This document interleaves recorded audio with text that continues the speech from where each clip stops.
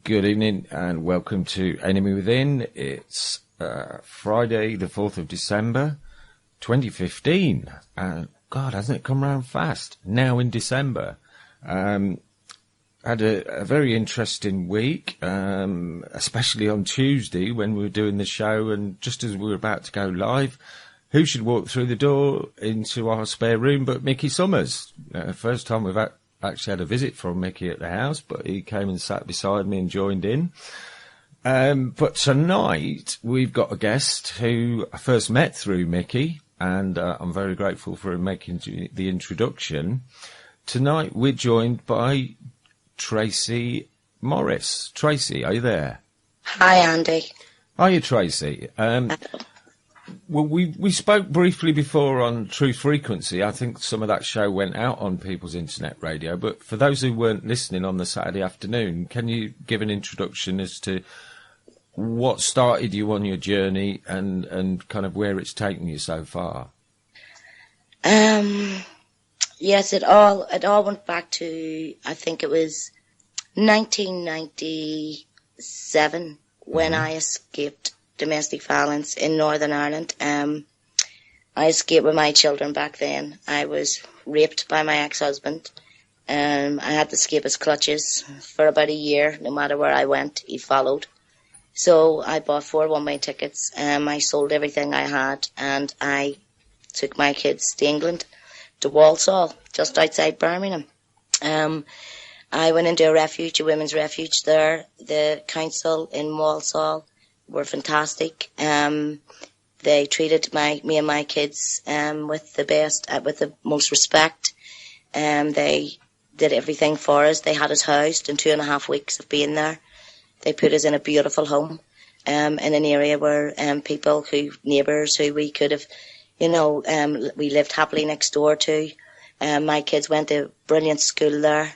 I started college there. I also started working with families who I'd met in the refuge. These families were being raped and beaten by their husbands on a daily basis, and had black eyes and, no teeth and scars all over them. And I became very close to them all. And throughout my first 2 years of being there, and my first few months of being there, and I got to know people, and my kids were being in after school clubs in the school after school because I'd done voluntary work, and I had a great life there, and everything was really going well for me. At that stage, I went to solicitors who was recommended by me or by a friend who I knew. It was a solicitor called Ivan Gaffin. Now, Ivan Gaffin, which I didn't know until later, till everything happened. He was the solicitor who represented the Birmingham Six and let them rot in jail for 17 years when they were innocent. He hid the evidence that they were innocent until Gareth Pierce came in and freed them. And I believe he was the IRA were looking at him for a long, long time for playing his major role in the Birmingham Six, serving 17 years for something that they didn't do. But anyway, that's another story further on down the line. Ivan Gaffin, I went to that for divorce. I was living happily over there for almost 2 years. I had everything in front of me. I was also working with a man called Chris Miller, who was high up in the environmental health in the Civic Centre. He had asked me to do a project with him around Walsall about families who were living in poverty and how their daily lives, how they were struggling daily with their children, especially single parents. Because Chris had known my journey, and Chris had known why I had to go to Walsall, and Chris had watched over the 2 years of how I built my life and a future for me and my kids. Mm-hmm. Until the 19th of June 1999. It was a Monday night. About a few days before that, I got a phone call in the May. The month before that, I got a phone call in the May from the solicitor who was dealing with my divorce in Ivan Gaffin's office. It had nothing to do with Ivan Gaffin. I didn't know this man from Adam. I couldn't have told you even what he looked like. I went down to sign my necessity, which is the end of your divorce. The last signature you need to get your divorce. And when I went to the office, the solicitor who I was speaking to, I was sitting in the reception waiting for her. And this old man came out with a briefcase and walked straight past me. But there was another woman sitting there with her partner, and she says to him, that's Ivan Gaffin. Other than that, I didn't know the man. I didn't even get a good look at him. So I goes into the solicitor and she says to me, look, I'm sorry, I can't find your file anywhere. I've looked everywhere for it. It's absolutely not in this office. I've trailed this place apart. Can you call back when I find it? So a few days later, she calls me and she says to me, Tracey, I found your file. Can you come down? So thinking nothing of it, I went down to the office, signed the forms, and I just said to her out of curiosity, by the way, her name is Anne. By the way, Anne, where did you find the files? She says, funny enough, they were back in the exact same place where they should have been. She says, I don't know what happened to them. So I thought nothing of it again. It's in a solicitor's office. You know, it's just went, just being misled and that's it. Yeah. So it was a couple of weeks later, I gets a knock on my door at 9 o'clock at night. And my kids were not long in bed. I opened the door. My friend and her partner were in my living room. And there's a man standing at my door in a green shirt, green trousers, brown belt, brown shoes. I'll never forget even the garments, the clothes he was wearing. He had a bit of green paper in his hand and he had red writing on it from red ink pen. And he says, hello, could I speak to Miss Perry? Because then I changed my name through Depot to escape my ex-husband. Yeah. And it was the Civic Centre in Walsall who requested I change my name to protect us. Because that's how sick in the head and how violent he was, who we had to escape. He said, I asked him who he was. He says, my name's Ivan Gaffin. I own the solicitors who's dealing with your divorce. And right away I thought, is he coming to tell me bad news? Why would a solicitor be rapping your door at 9 o'clock on a Monday night who you don't even know?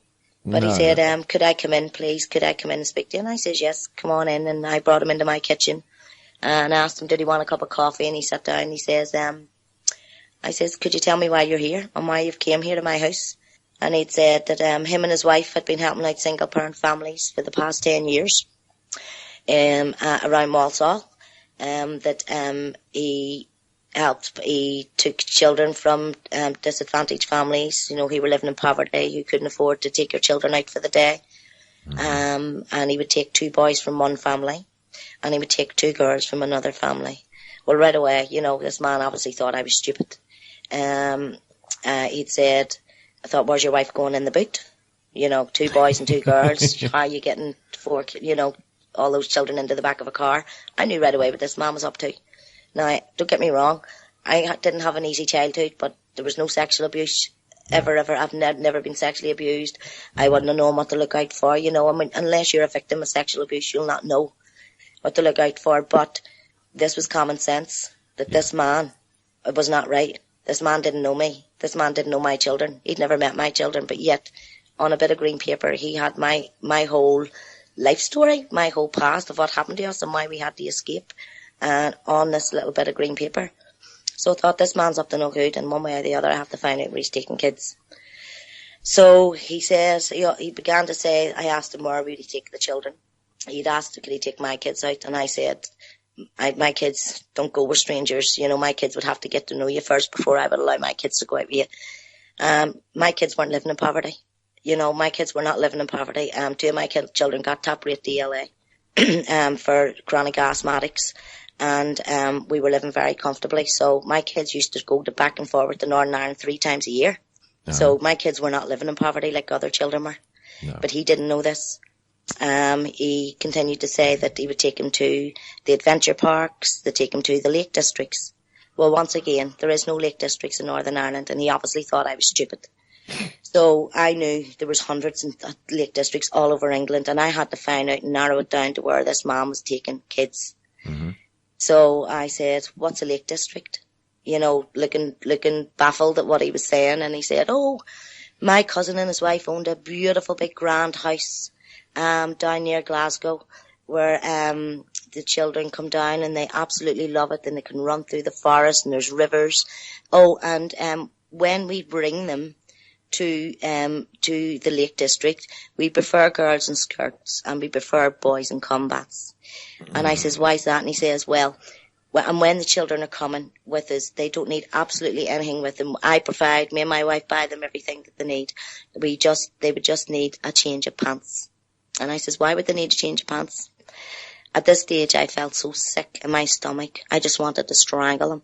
But I knew I had to get him. I knew there was the other ways of getting this man, and I just had to endure what I had to endure in order to get the information I needed. He continued to say, girls would pretend when they're in the river and playing, they get wet and they have to go behind a tree to get changed, so they get embarrassed, so we prefer them in skirts so that they can, skirts or a dress, it doesn't matter, but prefers them in skirts so that they can change their pants. Well, why would they? If they're in the middle of a forest and they're in this big grand house, why would they need to go behind a tree? Don't really add up, he's, this is a man who thinks you're stupid, and, he's obviously, little did he know, I was grooming him, he wasn't grooming me.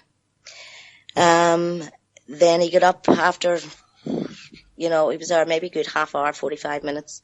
He'd asked when could he see my kids, and I told him that, to give me a few days to speak to my kids, and I would get back to him.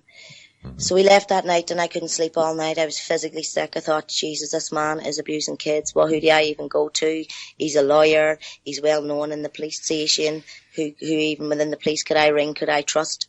So the next morning, I rang Chris Miller, who was my friend who had asked me to go and do the project with him.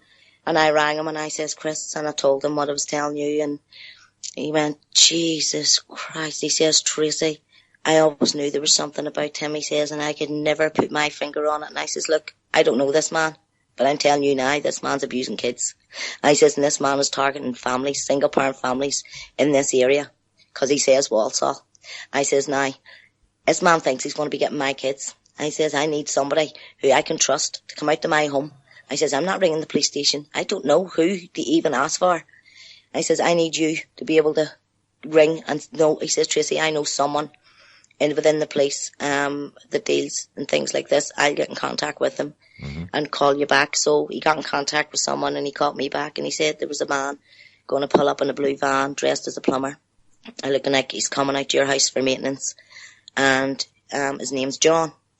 So about a half an hour later, within the hour anyway, this John came to the door, and when I opened it, I was never so relieved, because I'd been working in the refuge with the refuge women, domestic violence, and John was actually the police liaison officer who came into the refuge. So when he came to the door, I was like so relieved, going, thank God it's you, because I knew him. A familiar face, yeah. He said, I was so afraid, I didn't know who I was getting at the door. And he says, Tracey, what's happening? What is happening? And I says, John, you better come in. He was in my kitchen 4 hours, and he kept getting up and throwing up in my bin. And this is a police officer sitting in my house, taking a statement of me, and he's being sick. And I'm looking at him, and I says, look, why are you throwing up my bin? What is so serious? He says, Tracey, we have had him under surveillance for the last 2 years, and we thought that he was bringing prostitutes in and trafficking them. And we've been sitting down outside his office, because that's where he practically lives. He says, and we've been sitting outside his office all this time, and what he's been doing in that office has been trafficking kids. And I says, well, that's exactly what he's been doing. I just couldn't, so I was never so glad that I didn't even have to be convince anybody that these people were already onto this man. But they didn't know it was child abuse. They didn't know it was it was a massive pedophile ring. It ended up being. So they bugged my house phone. No, he left, and the CID from Birmingham came back out, child protection, and I told them what was going on. They bugged my house phone. The bang, dead on the Wednesday, Ivan Gaffin rings my house phone and asked to take my kids out. Could he come out and see my kids? And I told him no, that one of my daughters had the German measles, which she did, thank God. At that time, I was grateful for them. I says, we're all in isolation. She's making her first Holy Communion next week, and my mum's over. So once that's over, I'll call you. Yeah. So 2 days, my mum went home on the Tuesday, and he was back on that phone to me on the Wednesday. And I was like, oh my God. And I phoned Birmingham again. They come out the next day on the Wednesday or the Thursday. And they said, Tracey, we've just came from Ivan Gaffin's office. He hasn't denied coming to your door. He hasn't denied asking to take your children out. He is insisting that he will continue to take children out, and we'll do nothing about it. She says, but over my dead body, will he? She says, we need to get him. So I went straight over. I lifted my house phone. I handed her the receiver. I says, by all means, I'll help you bring Gaffin down. I says, but you get my kids on a plane the hell out of here. and back to Northern Ireland where they're safe, where my family, and I'll help you bring them down. I says, but over my dead body, I says, am I doing it with my kids here? I says, that's mad, says Tracey, this is massive. This is massive. Says, you've opened the biggest can of worms in the West Midlands in over 40 years. That's how big it is. And I was like, Jesus. I says, well, get my kids on a plane. So the next day they got my 3 kids. I flew to Northern Ireland with them. Had to put them in my mum and dad's care. Had to tell my mum and dad what was going on to keep them safe. And for them not to tell anybody. It took us 5 weeks to get him. I was only home that night, that Thursday night I came home. And on the Friday night, my tires were sliced out my front. I had to hit my panic button that had a panic alarm in. And the police were there like within 60 seconds, but whoever it was gone. Yeah. So that had never happened to me before, you know, so we obviously knew who it was. It was Gaffin setting his little pedophile henchmen to scare me because they were obviously connected to the network. And this man was a very powerful man. And it was only then when the police had said to me, do you know who he is? And I says, who? And she says, Ivan Gaffin. I says, no. She says, Ivan Gaffin was the solicitor that represented the Birmingham Six. And I was like, you are joking me. So it was only then, after I brought him down, that I found out who he was. All sorts of things started happening. It took us 5 weeks to get him. They found 6 different properties throughout all over the West Midlands. They found the place in the Lake District. Every single property had an apple juice making machines where he used to let the kids make all their own apple juice. Mm-hmm. He had abused hundreds of little girls. Mm-hmm. Ivan Gaffin was connected to Jimmy Savile and he was connected to Janner. Now, when I brought down Ivan Gaffin, I brought down a massive paedophile ring, but it was massively, massively covered up. But I still didn't know it was being covered up at this time. No. I had to come back. At that time, when that was all going on, we got Gaffin. They found all his properties. They were about to arrest him. Victims that came forward. They'd found more victims through the stuff that they'd found, images and other stuff that they'd found through the computers of his office, in his office and within his home. I know Ivan Gaffin had a wee black book with major names in them, top names. And I know Jimmy Savile's name was in that book. Jenner, all of them. All the ones connected to Westminster. Every single last one of them. So I really brought them down 15 years ago. And it was massively covered up by Birmingham. And I went and gave evidence. My evidence was hid. My evidence was never given to the courts. But I'll come to that. My kids came back over and my oldest daughter's bowels collapsed.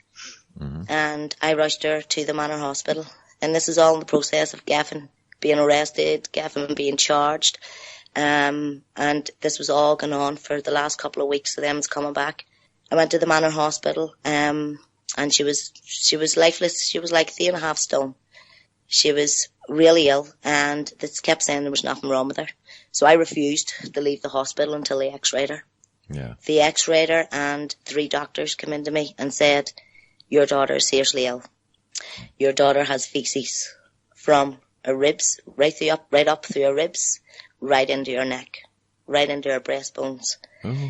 And I was like, you are joking me. Now, for years, I'd been fighting with doctors and nurses about my child's illness, and nobody, no matter what test they carried out, nobody would listen.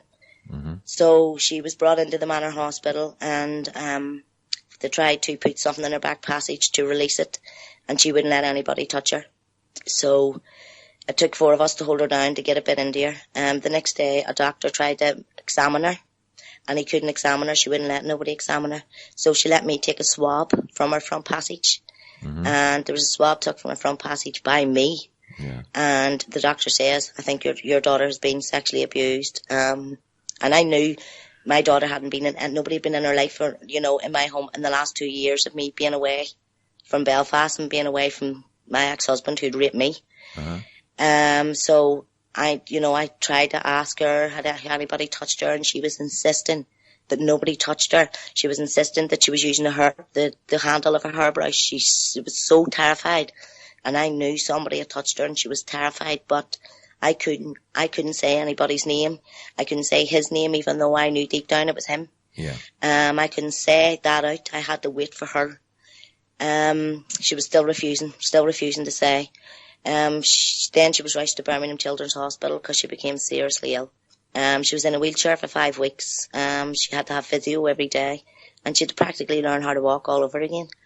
My mum flew over from Northern Ireland, minded my other kids in the safe house where we were in beside the police station, to keep us safe, because they were all over Gaffin, and they were all over this massive pedophile ring that spread all across the West Midlands, and it was massive.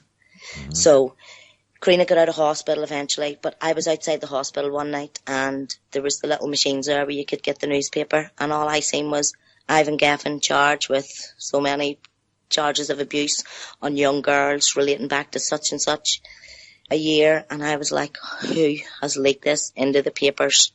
I'm standing in Birmingham Children's Hospital with my child seriously ill, and Ivan Gaffin's apartment, his home where he lived, was only in Solihull around the corner. Basically a stone throw away from me, so I was panicking, knowing that my mum was somewhere in the safe place for my kids, and Karina was seriously ill in Birmingham Children's Hospital. So when she got out, kept a low profile as possible, and I got them out of school one day, or I think actually I drove my mum to the airport, and we were coming back, and we went to McDonald's drive-thru, and I knew there was a white van, and I kept thinking, he followed me in here. And he's parked in that car park, and when I was driving out of the drive-thru, he came back out through the car park, and he was right behind me. And it was an old man, he was maybe about in his 60s, wee skinny man with a big head of white hair. And I'm sitting at the traffic lights, and 2 cars go through, and the traffic lights are just about to go red, and I put my foot down, and I flew through the traffic lights, and he flew through it behind me. And he flew down that road, and I knew he was coming after me. And I had to say to my kids, hold on for your lives. Every one of you hold on for your lives, because there was only one left turn that I could take that was just before the safe house, and I depended on that left turn, and I was praying that there was no cars coming up the other side, because it was the only way I was getting away from him. So when we got so close to the turning, I slammed my brakes, spun my wheel out into the other side of the road, swung it to the left, and flew down the street, and he'd no other choice than to fly on. And he had to go right round past the police station and come right round the back of it before he could get to where I was. So I flew across the field, and the safe house had seen me hammering across the field with the kids, and I was beating the horn, and they come running out and opened the gates. And they says, Tracey, what happened there? And I says, somebody's chased me down that road. I'm going to have to get out of here. They obviously know where I am. So they moved me till the other end of the estate in Walsall. But sure, they only moved me into an estate where a load of his victims was. A load of his victims, where families were being contacted because their children were on the list of who he'd been abusing for years. Some of these women were married now, and, married with kids of their own, and, this went back over 40 years, so you can imagine the many families that they had and the many families in Walsall alone. He was one of the biggest solicitors. He was the richest solicitor in Walsall, and he dealt solely with single-parent families. And what he was doing was, when the council failed to do work in the council property, he used the loopholes to bring the council to court and get compensation. So the families adored him. God, this man's fantastic. This solicitor got us compensation for what we went through with the council, and he gets some compensation and tells them to go out and enjoy themselves, and he'll take their kids for the day. And they were handing their kids over because they trusted him. Gee, I wouldn't care if I had the best solicitor in the world, and he won 20 of my cases and got me compensation 20 times over. Still wouldn't let him take my kids out. No. I mean, I'll be honest, Tracey. Child abuse is a subject we cover on Enemy Within quite regularly. But what you've just related to me there has left all the hairs on the back of my neck standing up and my blood running cold. Yeah, it gets worse. It gets worse. It gets to the point where you will not believe it. It gets worse. I goes back to Northern Ireland, takes my kids back, for safety, obviously. Had to take them back to protect them. When I got back there in October, they come in, social services come in, and, brought my daughter for a medical examination on the 5th of December. And it took 4 of us to hold her down. And 2 doctors came and sat me down and said to me, listen, Tracey, your daughter was abused. They were able to tell me that she hadn't been touched in 2 years. We were away from him 2 years. It says, over 2 years, sorry, we were able in here 3 years. They were able to say this was a man with big hands like shovels. And they were able to tell everything, and it all boiled back to my ex-husband. Says, this was a violent abuse in this child. And the two doctors that sat me down, one of the doctors, Dr. Daphne Primrose, was a paediatric consultant for many years, 20 years, maybe 35, 40 now. Yeah. And she counselled my daughter for 8 years afterwards. I mean, she wasn't just the one that medically examined her, she also counselled her. This woman said she would stand in the book of Bibles in a witness box and give evidence that this man abused my child, if she had to. But still to this day, the prosecution service have yet to interview her. But that's great, because that's the evidence I'm going to be using against them to open it again, the open investigation, because her evidence and her interview by the PPS was the main evidence that was needed in order to bring charges, to bring a trial together, and to bring a conviction together. But the reason being they didn't do this was because it came out that it was a whole family of pedophiles, not just one. So you know as well as I do, Andy, you're talking millions to bring that to trial. So it was just either brushed under the carpet, plus the whole family's connected to the stickies. They were connected to the stickies back then. They were high up, and it was all within the family. They were abusing in the boxing club, the football club. So it all came out. I brought it all out. I went and done my own research into it all, and one person in particular hung themselves over this family abusing them, sexually abusing them. So there is a lot on this family. And another person, their own niece, she hung herself. In Christmas Eve of 2009. She hung herself because 5 of them in that family abused her. And because of who they were and who they were connected to, that was okay. But it wasn't okay because the day they abused my daughter was the sorriest thing when I found out.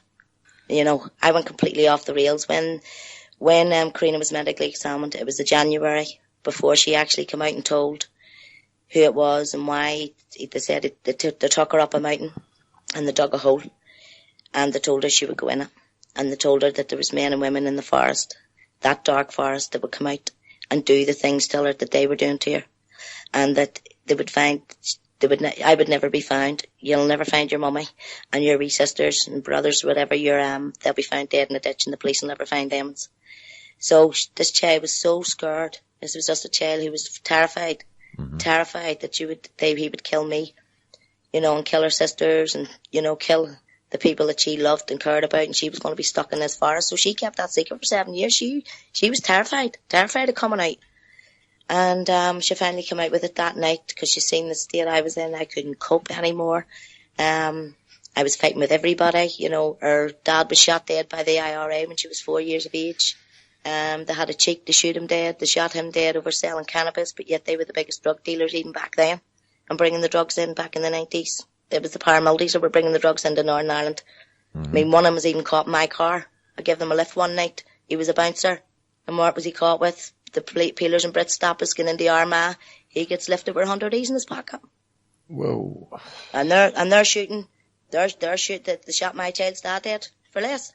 Was it because he was kind of moving in on their turf, they thought? Or he just refused to deal for them. So what if you're not dealing for them? It's, they're the good guys. But, back in the 90s, remember, they were the ones who was coming in and shooting everybody for the drugs, and they were the biggest importers of drugs even back then. Wow. Just for anyone who's listening who's not in the chat room, I was actually going to ask for you to clarify who the stickies were, but Cotty's pointed out in the chat room, stickies, aka the IRA, yeah? Yeah, well, the stickies are connected, but, to be honest with you, through the paramilitaries in Northern Ireland, the ones I had biggest respect for within the paramilitaries was actually the ANLA, the ERPs. Today they are really trying to help the kids in the communities. They're not just going out and shooting them for the crimes they're committing. No, you're getting shot. That's not. They come in and they're trying to build these kids' lives and trying to move things forward. But they're not getting very far because now you've got Ogle and Ahern who are in all our communities. They're drowning. Our kids are drowning in the communities with drugs. that are being let in by Ogle and Ahern. Ogle and Ahern are playing a major role in the drug dealing in all our communities. They're bringing in the drugs, letting the kids sell them. Then they have to go in and shoot a few to make it look like the people in the community that they're taking out the drug dealers. And the drug dealers are actually selling their drugs. And is this another paramilitary organisation? Yeah. Ogle and Ahern was created by the IRA when they had to call for the dismemberment. Hundreds of women marched up and down Albert Street a load of years there back when Direct Action Against Drugs gang raped a young girl down there. And Direct Action Against Drugs was wiped out in one day by the women who marched up and down Albert Street to get rid of them. So the IRA comes along and builds Ogle and Ahern, for Ogle and Ahern to go into the communities and to make sure that the drugs stay out, and that people, there's control in the communities and within families, and they're supposed to keep the peace. They're the biggest gangsters. Mm-hmm. They're the biggest gangsters in every community. Right. And they're connecting themselves to the other side. They're connecting themselves with the LVF, where their drugs is concerned, and they are all playing it hand in hand and have been for a long, long time. I mean, I visited Northern Ireland quite a lot as a youngster. I mean, I think I was 13 when I first went over there. I visited Belfast, and I visited up in Port Stewart and Port Rush, and quite a few places through the south. And it was quite terrifying for me first time I went over, because I think the first time we went over was the 10th anniversary of internment, and it looked, as you drove down into Belfast, it looked like the whole place was on fire. But it was obviously just a few, I think it was in the Falls Road, there were bonfires and barricades and that sort of thing. But once I'd actually met a few people and learnt that most people didn't buy into this bullshit. Most people were just ordinary people who were loving, I mean, some of the most loving, caring people I've ever met are in Northern Ireland. I was treated so well and made so welcome there. I had one or two scary moments, with the marches and the balaclavas and the Armalites and all that kind of thing. But by and large, I found it was marvellous. But now, as I've started to look into the truth behind the headlines, it appears that an awful lot of these paramilitary organisations are heavily infiltrated by the British intelligence services, and a lot of the operations that were carried out were orchestrated by them. So, of course it was. You never really know who you're dealing with, do you? The IRA were the first ones to steal cars in Northern Ireland, and that's how the joyriders came into talk. I mean, it was the IRA who stole cars to go and shoot other people, judges, police officers, blow them up. Mm-hmm. And they brought the cars back to Divis and got the kids to go take them away and burn them. So that's how the joyriders were created. So then you've got the IRA handing them over their cars to burn, after stealing them off people who were about to go out and make a living for the night. Yeah. And trailing them out of their cars and putting guns to their head and completely traumatising them for the rest of their lives. Yeah. Go and stealing those cars to shoot somebody else dead. Come back to the kids, give it to the kids, and then go and shoot the kids and kneecap them for joyriding in the first place. Oh. How could you be, that was just the height of it. And I remember when I came back from England, when I came back from Walsall, and my mum says to me, because do you remember then, year 2000, it was the ceasefire. It was all the talks of, the Good Friday Agreement. And my mum had said to me, Tracey, what do you think of Good Friday Agreement? And I says, Mummy, Northern Ireland's fucked. God forgive my language when the Good Friday Agreement comes. I says, Northern Ireland is going to be drowning. I says, in people coming forward and making allegations of abuse. I says, Northern Ireland is not going to know what hit it. And my mummy says, what do you mean? And I says, Mummy, I've lived in England for the last couple of years. I says, and people who are being abused and raped can walk into a police station, give the name of their abusers and their rape. I says, and if they're arrested, they're trialled and whatever else. I says, Northern Ireland has been ruled by paramilitaries, IRA, paramilitary organisations across the country, across the whole of Northern Ireland, Southern Ireland, for decades. Mm-hmm. I says, the biggest paedophile rings in Northern Ireland are within the IRA and other paramilitary organisations, and you watch. You mark my words. I give it 18 months and Northern Ireland will be drowning. And what happened? Within the first 12 months, how many people started coming forward about people high up in ranks within the paramilitaries abusing them? All the IRA who run cross country, all them decades ago fighting for their country. All them houses in the country that were crisscross country to hide in, every one of them are going through them country houses and abusing all them country people's kids. Wow. And it was happening from way in the early 1950s, all right through. It was happening. And you see, people weren't allowed to talk because they were the IRA. You do not speak of them. You do not make those allegations. Yeah. But when they hadn't got their masks to hide behind no more, when they couldn't come to your door and tell you were getting shot dead or put out of the country if you opened your mouth, the IRA never seen this coming. Yeah. They always thought they would be there. They always thought they'd have the power. And today, because of the work I do, because of the last 15 years of fight I've had with them, with Jerry Adams, with them all. I've had Jerry Adams at my door. I've attacked Jerry Adams. I assaulted Jerry Adams twice in front of the whole media and all his bodyguards. Because of the paedophilia within the IRA, he refused to have 2 meetings with me and had the cheek to come to my door looking to vote for the elections. He got kicked clean down my path, and I mean kicked clean down my path. But by then I was already losing the plot. Because I had just come back to Northern Ireland, brought down Ivan Gaffin, who I knew was a massive paedophile ring. Yeah. Then we told my own child was abused. Then to have to go through all that with my own kids. Took a couple of nervous breakdowns. I think it was the day before my 30th birthday. I took a massive overdose. I shouldn't even be here today. I woke up in the Royal Victoria Hospital after they'd pumped me. Can't even remember. And I remember waking up and being in a ward full of people who were dying all around me. And I remember a nurse coming up to me and asking me if it was okay. And I remember asking her for my tablet. It was a diazepam that I had to have before 12 o'clock. Now, that's how far gone I was. I took more than enough tablets to kill an elephant. And I came through it, and I'm asking the nurse for my daily meds. She came up to the bed to me and said, Tracey, I can't give you no diazepam. Do you realise you took more than enough drugs to kill an elephant? And I says, well, aren't I sitting here? I took more than enough drugs to kill an elephant. I says, and I'm sitting here speaking to you. I says, well, that just tells you. I says, I didn't take enough. I says, do me a favour, go down and tell that doctor. I says, he better give me a diazepam. I'm going to wreck his vote. That doctor come up and wrote me out that diazepam.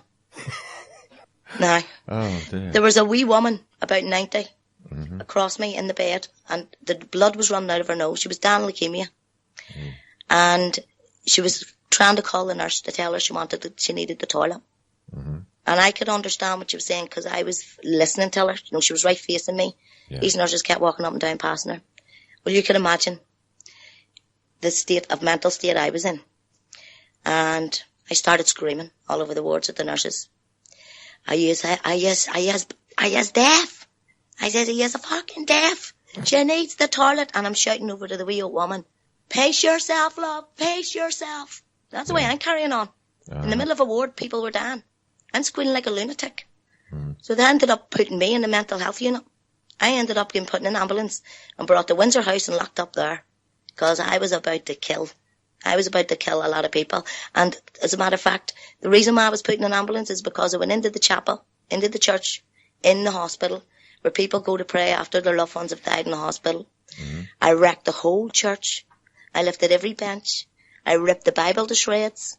I lifted vases and I smashed them off walls. They had to come and carry me out. I had done that much damage. I couldn't even get up off the floor to walk. I had no power left in my body. When I was taken out of that chapel, there was a big long corridor of the old Royal Victoria Hospital, and there must have been about 100 security men. The place was silent. Every patient and every visitor going up and down that hallway was all through into wards, all through off that corridor. I completely demolished the chapel because at that time my child was abused. I'm losing the plot. I shouldn't even have been there. My kids come down to me that day with balloons saying happy 30th birthday, Mum, and I shouldn't have been there. Wow. So I was taking it out, and if God was getting it, the chapel was getting it. That's the day that's when I lost my faith for a long time. Wow. I've got it back now. Not to the way. I'm glad I've got it back in my own way. You know, I wouldn't take my kids to chapel. I wouldn't make them go to Sunday Mass. That's their choice because I never went and I never will. My own faith is who I talk to. My brother who's up there, my family people, you know, they're my guardian angels. That's who I pray to. I don't particularly pray to God or, you know, because I'm still trying to get there, like a lot of other people who have lost faith. Yeah. So, I sort of way social services were then, they're in and they're all over you. Sending you here, there and everywhere, wanting you to do this, wanting you to do that. My Karina took really ill again and collapsed. And I brought her to Royal, and I refused for them to let her home. I said, you're going to do a full test of my daughter. They refused to do a Paramilitaries test. It was the only test they refused to do. Mm-hmm. So I went down to see her in the hospital, and there was a big case conference that day in the hospital with the top doctor there and all the social workers. And they called me into a room and they said, there is nothing wrong with your daughter, and we are refusing to let her back home to your care. She is going straight from the hospital into the home in 444 Antrim Road. I said, she's going nowhere. She's not well. And they says, oh, she is. We have a thing here from the judge saying she has to go straight into care. Now, that was lies, and this is how I took the social worker's career.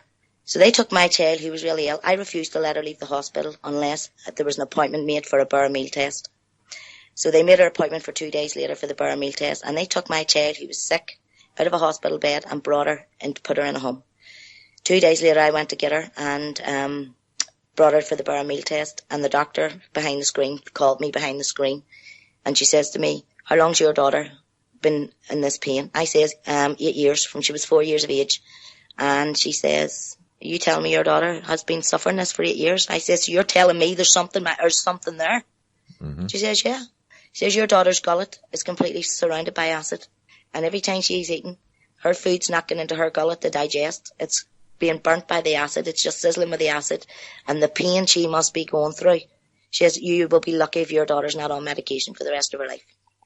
So there we had it, the evidence that my child was ill, and they said that the judge said she had to stay where she was. So this stage I was losing it. I was losing it big time. By then, a psychiatrist had me on 32 tablets a day and told me if I come off them I would die. I refused to believe him. In the end, thank God, I cold turkey and come off everyone, because I would not be here today. This is the mental health side coming in and making a fortune out of you. But I'll tell you what, for 11 years, they made a fortune out of me and almost destroyed me, almost killed me, and almost destroyed my whole family. They brought her back to the home. I was going up and down to see her. She kept running away. I was 12 years of age. She kept running away. They were calling me at 12 o'clock at night. I was getting out of my bed to have to go and look for her. And I flipped, and I gave them 2 weeks to get my other 2 kids into care, because I told them I was going after the bastards who had abused her, and I was leaving no stone unturned, because they had told me that there was nothing I could do about it. There wasn't going to be any charges brought against him, even though there was clear medical evidence it was him. And my Karina's statement, and a statement by a paediatric consultant stating that she would stand in a book of Bibles and claim that it was him that abused my child. Karina told her everything. Mm-hmm. And when Karina was telling me everything about what happened, I could relate the incidents that took place, that my child was able to tell me what dress she was wearing. Mummy, do you remember I was wearing this kind of dress? Do you remember that fly hat? Do you remember this house with this kind of wallpaper in my room? My child remembered everything. Everything about everything. But when she was reminding me of this and that, I was able to place it. I spent a whole day with her, a whole day alone with her, and we went through everything. And as much as it nearly killed me, I needed to know just how bad it was. But in the end, it got me. It took over me. By that stage, I was fighting with the Paramilitaries, fighting with Jerry Adams, holding them as responsible for the abuse that was going across Northern Ireland and doing nothing about it. Little did I know at that time Maria Cahill was being supposedly interrogated for what she was coming out with. Oh, no, that was in 2010. That was later on. This was all going on in 2001. 2001, I think Maria Cahill was first, was bringing it out. It was going on about Maria Cahill and Anya Terrell, Jerry Adams' brother. See, if I had known in 2001 that Anya Terrell was bringing this out, if I had known anything about it, I'm telling you now, I would tuck Jerry Adams down way back then, because he knew. He knew all about it. That's why he refused them 2 meetings with me, because he knew I knew more than what I should have, and he was refusing to have them meetings. So I fell out with Jerry Adams big time, and a lot of people within the Sinn Féin, because the amount of abuse people have endured at the hands of the IRA across Northern, and there's still ones out there, high up ranks. Their names just haven't come out yet. Yeah. People needn't think that, all this abuse that's taken place and people coming forward, that all the top ranks have already been outed. Far from it. Far from it.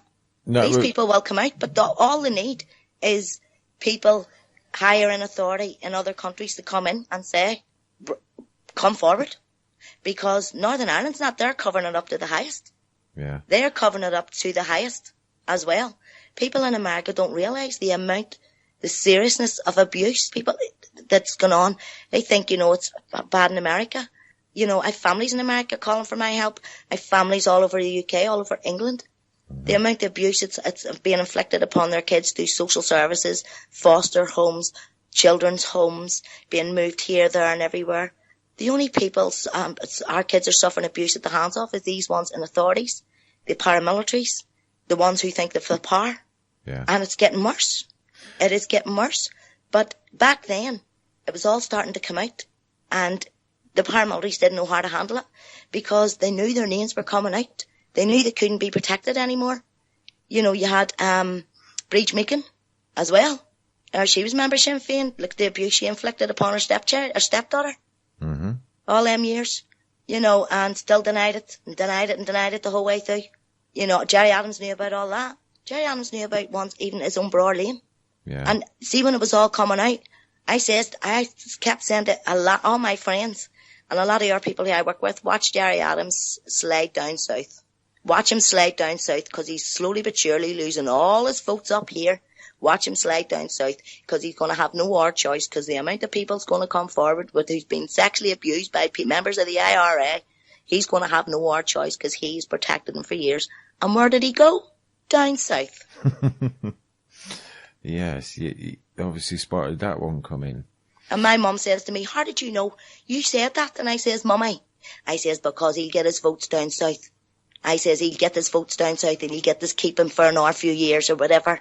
I says, and he'll try and build down there. I says, but he'll not get far. I says, we may have the whole of Northern Ireland, to waking up, open your eyes, look what's happening. Mm-hmm. I says, the people down south, want to turn a blind eye to this. Well, then so be it. But they are voting for nobody other than a paedophile protector to the highest. Mm-hmm. This man knows, and this man knew for years the amount of people killing themselves in Northern Ireland, hanging themselves over who abused them, how the rings that abused them, yeah, hanging themselves because they're getting absolutely nowhere. These ones are all protected, all paying their money to whoever, and even when it's going to, I had a meeting with the prosecution service in 2010 with Jennifer McCann, and it was a man called Stephen Burnside, and I asked him who was his paedophile around the table. And Jennifer McCann near fell off a chair. And I looked at Jennifer McCann and I says, what's wrong with you? She went, and I looked back over at Stephen Burnside. I says, could you answer me, please? And he says, I don't understand what you mean. I says, who's a paedophile around your table, Mr. Burnside? He says, I still don't understand what you mean. I says, well, let me enlighten you. I says, I believe there's only one victim out of every 100 victims in Northern Ireland that gets their case brought to trial. Even whether he gets found guilty or not. 1%. I says, is that the case? He says, well, not necessarily. Look, let me explain. We could bring all cases, we could bring hundreds of cases to trial. And these victims will go through a whole trial and they might not get their justice. And I says, is that correct, Mr. Burnside? Well, let me tell you something. I says, see if my daughter's one of them victims. My daughter, I says, would appreciate it more. I says, being put through the trial. I says, whether he's found guilty or not. I says, at least you could come to the likes of the people who did believe her and say, thanks for trying. I says, instead of being handed a rope to basically be told to go and hang herself. I says, so while you're bringing one perpetrator before our courts, you're letting 99 perpetrators continue to rain abuse in our community. I says, is that what you're doing? I says, so what you're doing is you are completely drowning Northern Ireland in paedophiles. Mm. And he didn't know where to look. And I says, well, Mr. Burnside, I says, here's a wee bit of advice from me to you. I says, I don't care how long it takes. I says, whatever journey I have to go on to get there. I says, but see by the time I'm done with yous. I says, in every organisation I can bring on board, I'm going to make sure that I bring people outside Northern Ireland into Northern Ireland. So see them keys where all them files, all has all them cobwebs all over them that you've just put in files and locked away. I says, you'd be as well dusting them down. I says, because I'm making sure the keys go into the hands of real professionals. I says, and every one of them cases are reinvestigated. I says, because I know what it's all about. It's all about the money.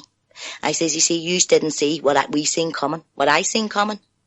I says, when the ceasefire came and the Good Friday Agreement, I says, yous all thought this was great. I says, but yous didn't see, I says, the big multi-billion-dollar debt yous were going to have when hundreds and hundreds of families were going to come forward about the abuse they endured at the hands of people within paramilitaries and people in power where they were afraid to come forward. I says, yous didn't see that one coming. I says, and for yous to take my daughter's case to where it needs to be, then yous would have to take the other person who had hung herself and other victims who they knew had come forward before. You would have to take the whole family, and that would cost millions.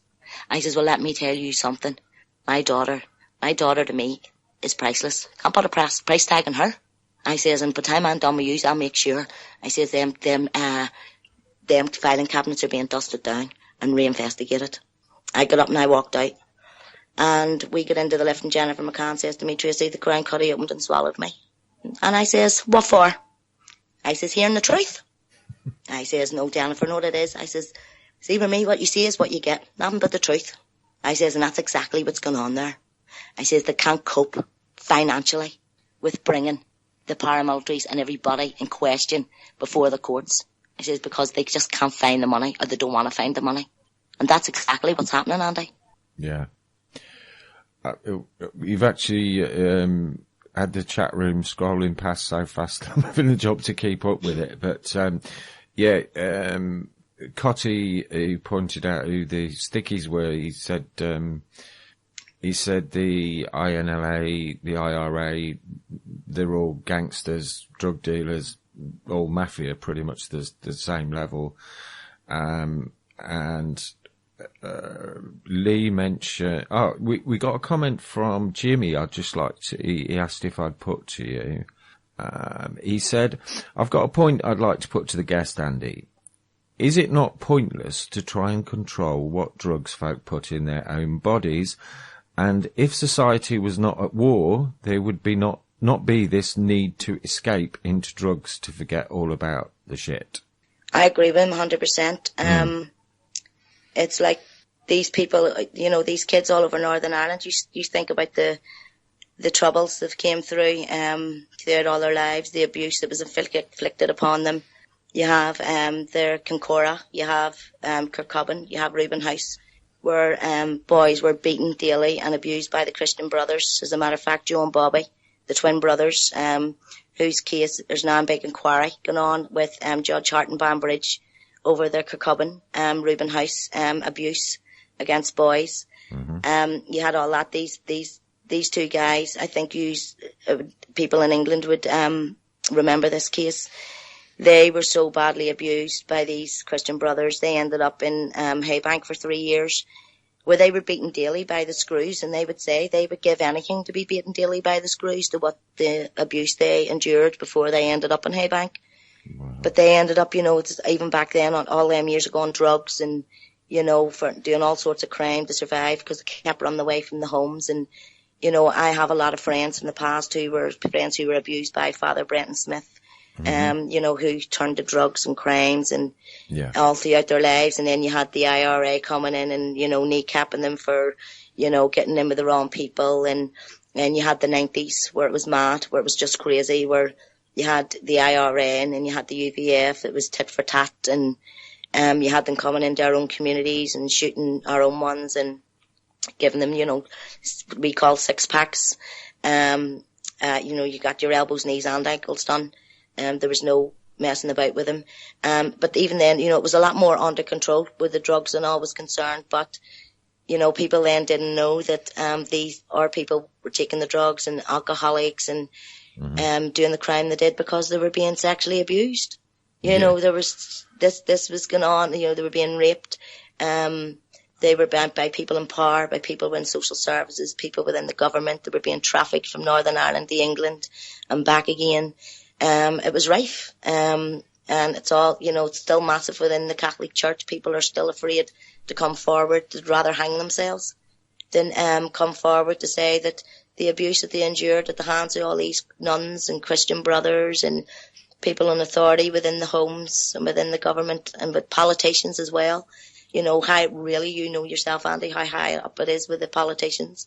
Always has been. It's only now it's starting to come out. They don't have the power or the money to keep their names out of the list, the very long list that we all have of these politicians. And it all boils down to, as well, the mental health. I mean, they're making a fortune on the mental health now because you have all these ones that's on all these drugs, all these sky highs coming in. You know, we have kids, and they're kids in Belfast city centre. They're on the streets. They're into all this heroin that the Russians are bringing in. Yeah. And all these sky highs that they're using. And they're on the streets, and they're in sleeping bags every day, and they're begging. They're begging for money for their next fix. And some of them are only 16, 17 years of age. And it's heartbreaking. And it's getting worse. And the drugs are getting rifer. Yeah. And you can get them anywhere. I mean, all to their own. But you're an adult out there, you want to go out and you want to take your drugs. Well, yeah, you're an adult. You can do as you choose. It's you to put them in your body. But when it comes to kids, it's a completely different story.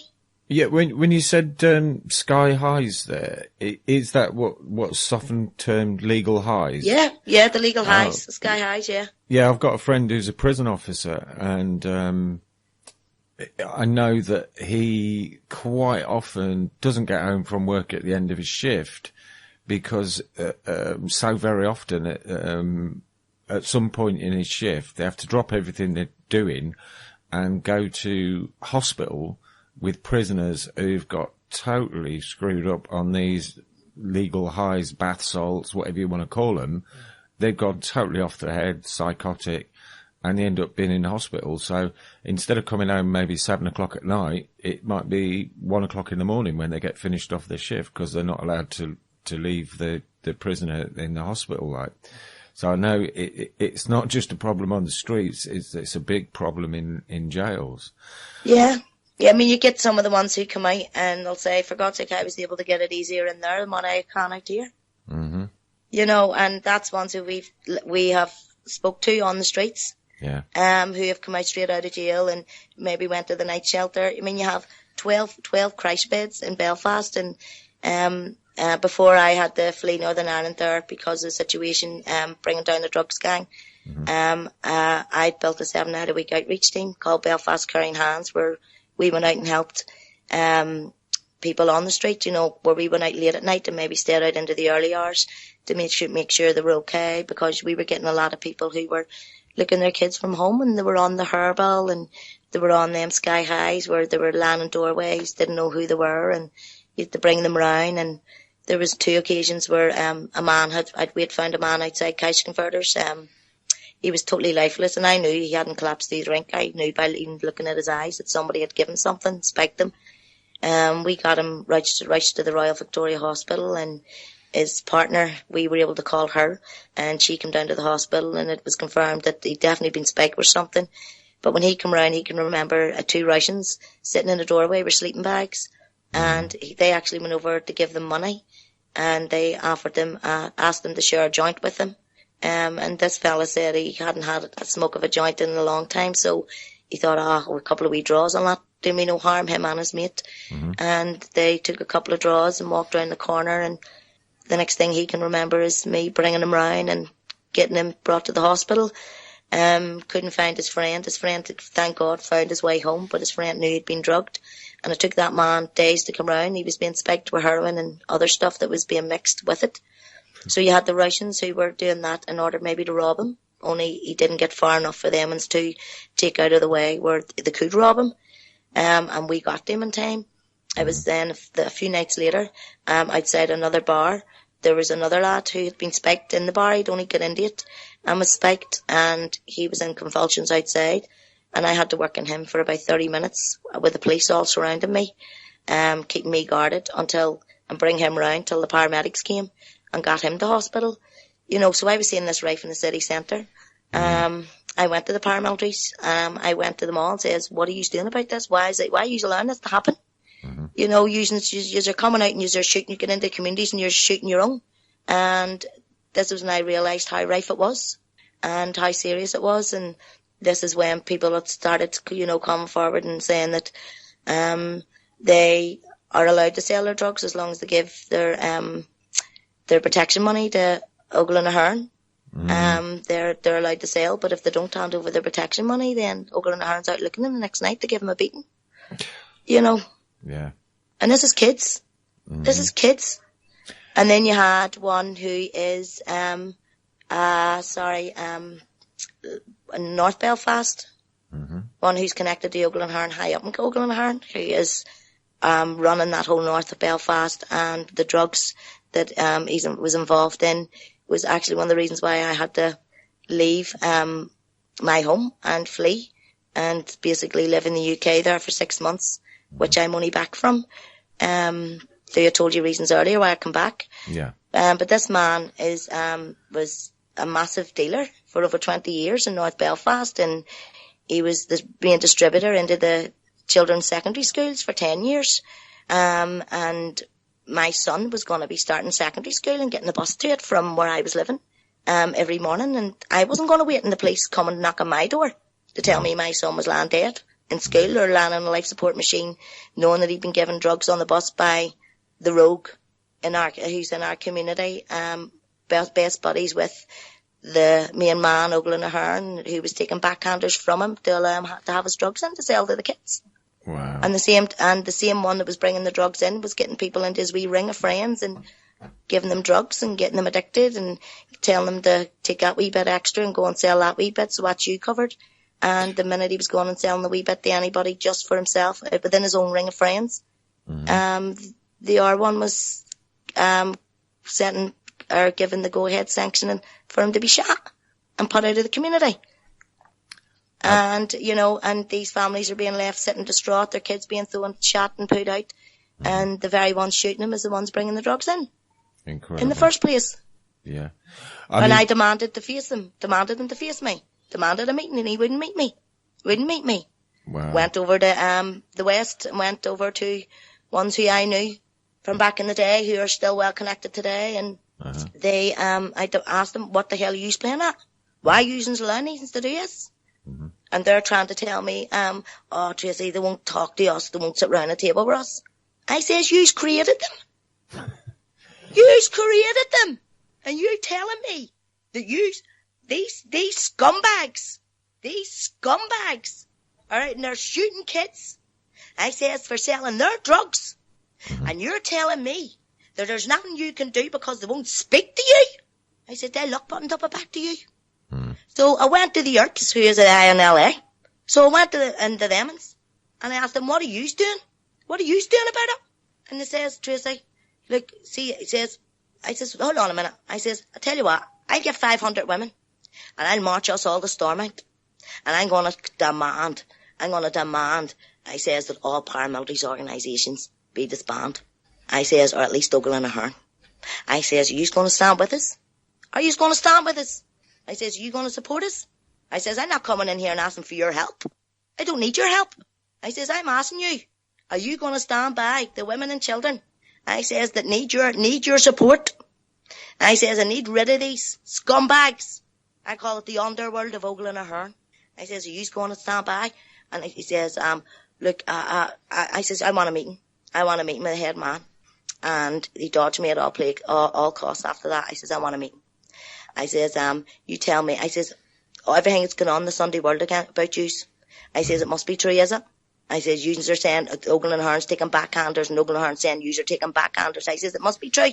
I says, if yous can't stand by parents' family sides and save our kids.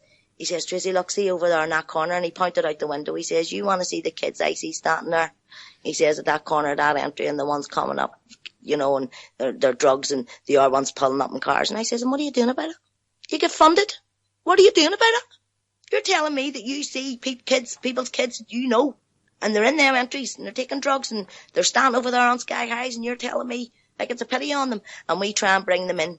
And we try and, you know, when we're told that they're selling drugs and they have to stop or they're being sorted, and we try and bring them in and sort them out and try and do family mediation and things like that. He says, like, and it's heartbreaking.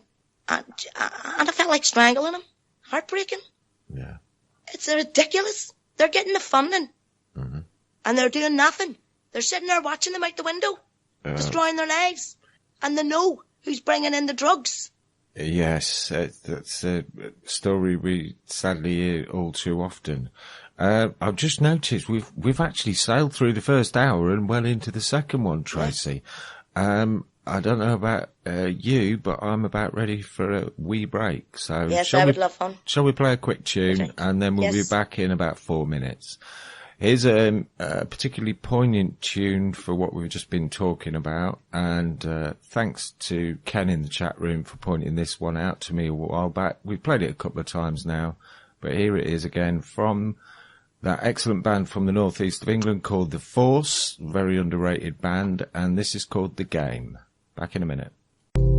Seek the truth in the eyes of our children. Nothing can hide their despair. There is no way for us to regain their innocence. We can search, but we know it's not there. But when you play your games, you must understand there is a price so high. The tide is in your hands. You say you won, but I say you're wrong. The loss of a child is no victory for anyone. Same time every morning there's a feeling that the world will start over again. And you're gonna get on with your life. Get on with your life. You open your eyes and reality stares at you, tells you to stop, and you realize you're part of the lie. You're part of the lie. What have you done to my baby? What have you done to my child? You're gonna pay, maybe not now, but you'll answer someday. You can't hide. You can't hide.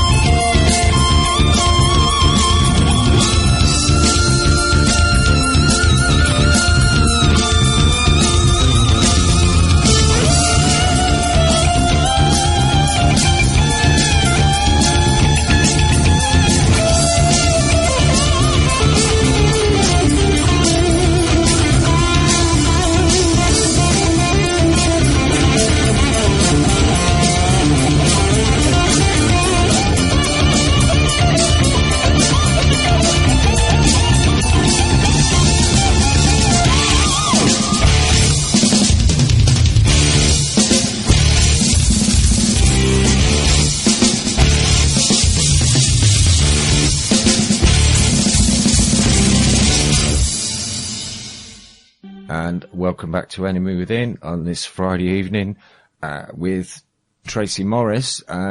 Before we go any further, I'd just like to say a big thank you to People's Internet Radio for giving us this platform. And stay tuned after us, because tonight we've got Martin Farrell with Let's Talk at 9 to 11 p.m. And then that's followed by Dark Side of the Room, which is normally 11 to 1, but I understand Lee's on for 3 hours tonight again because he's got Gil Broussard back. So that'll be another fascinating one. And then I'm assuming after that, so probably sometime around 2 o'clock, we'll have Tony Hurst on with his amazing repertoire of tunes. And I'm sure he'll be quite happy to play any requests. If any good ones got them, just throw a YouTube link in the chat room there, and Tony's quite happy to take requests. While we were off the air, while we were playing that music for you there, I had a little chat with Tracey, and I said, I don't know if anyone's said this to you before, but you've been an absolute natural radio presenter. And it turns out she's already had an offer with Freedom Talk Radio, but I did tell Tracey we've got a few slots here left at Enemy Within, and asked, not a few slots at Enemy Within, a few slots at PIR, and asked if she'd be interested in doing something, and she said that she certainly you'd like to look at that, Tracey, didn't you? Yeah, definitely. You know, it would be good because it'll be coming on maybe and telling people what's happening in the UK and what's happening in Northern Ireland. And because I have families at the minute, my journey across the UK the last 6 months, even though I didn't see it coming, the drugs gang that I took down for, you know, what was going on, who had came to my door. They came to my door, and one in particular is actually living in New York now. So the Americans need to watch out, because this is a man who's ruthless, and who wouldn't think twice about stabbing you in the back. At the end of the day, I didn't care who he was, or who he thought he was, or how powerful he thought he was. At the end of the day, my children and that my children's future is a hell of a lot more, is priceless to me. And if it meant me going down in order to save my kids, then well be it. But he came to my door and tried to attack my children in my home when I wasn't there.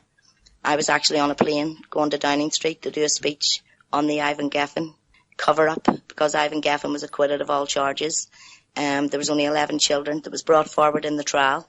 When I was brought to Leicester Crown Court to give evidence against Ivan Gaffin, I was sent down to the chambers, down underneath the courts, and I was hidden, because I was told there was hundreds of victims upstairs who were all looking for me, as well as the mainstream media, because I was the high-profile key witness that exposed them. And my evidence was given downstairs, but back then in 2001, I did not know what way the law stood then as I do now. And I didn't know that my evidence would never have been accepted unless I was in that witness box. So I gave my evidence downstairs in the chambers to what I thought was the prosecution service and our own barrister for the victims to bring back to the judge. I flew back home to Northern Ireland. I got a phone call not long after the trial.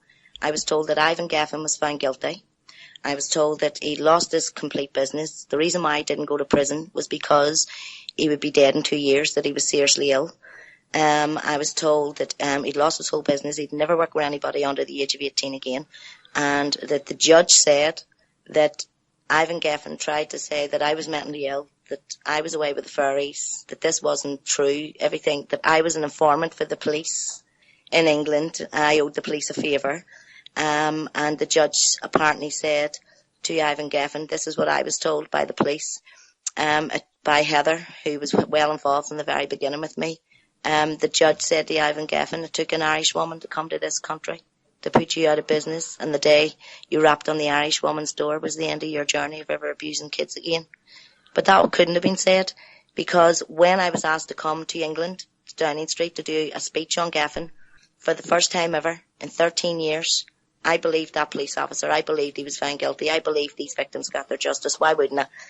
This was the police. This was the police telling me that he was found guilty, that the only reason why I wasn't in jail was because he was going to die in 2 years, and there was nothing anybody could do, that he would never work with kids again, that all their victims may not have got their justice for a prison sentence, a conviction to take place, but their voices were heard. So at that stage, I'd only found out about my own daughter. My head was going. My kids were on their way to care. I was completely losing the plot, so I had more important things to be thinking about. I thought I got the victim's justice. When I Googled Ivan Gaffin's name for the first time, it came up, Ivan Gaffin, acquitted of all charges. Then when I further read into the judgment and why he was acquitted, it had said there was only 11 children he was trialled for. There was only 11 children he was trialled for, and they couldn't bring enough evidence to the court, and said that the person who had, the witness who had given a statement, which they were talking about me, said she was a single mother from Walsall who owed the police a favour and had issues and whatever else, but they had said basically that I was there was nothing saying I was an Irish woman. There was nothing saying anything about me. This was saying that I owed the police a favour, so I said this about Ivan Gaffin, and I made up all these lies, and for those reasons he was acquitted. Now, when I read that, I was totally devastated. When I went into the comments, I went into some of the stories, and I'd seen some of the victims' stories. And Ivan Gaffin was a notorious paedophile. Ivan Gaffin had a little black book, and it was only after I seen the acquittal and I went and done my own research. I couldn't sleep for days. I actually phoned Padraig Drynan, who's one of the best civil rights solicitors in the world, and she trained me up. She trained me to who I am today. Padraig Drynan saved my life. I went to Padraig and I says, Padraig, why? I says, why did they do it? Why? How did he get away with it? So it was only when we started to do our research, we realised that when Ivan Gaffin was caught with all those kids, hundreds of little girls, Ivan Gaffin had a little black book full of names high up within the politicians within Westminster. And I know Ivan Gaffin has sat back and went, if I'm going down, we're all going down. So Ivan Gaffin got away with all that abuse for all them years because he had Jimmy Savile in his book and he had Jenner. And let me tell you how he had them. I had to find the connection, and I knew there was a connection within Jimmy Savile and Jenner. I just needed to find it. So I met great people in England, fantastic people, brilliant top journalists, people who take no shit, and they do a lot of research. We even have police who are whistleblowers, social workers who are whistleblowers, working behind the scenes with us. And, you know, these people are doing great work. We found out that Jimmy Savile, Ivan Gaffin, as we all knew in England, was the main solicitor for the gypsy camps for the traveller community. Ivan Gaffin basically created the rights of the travelling community.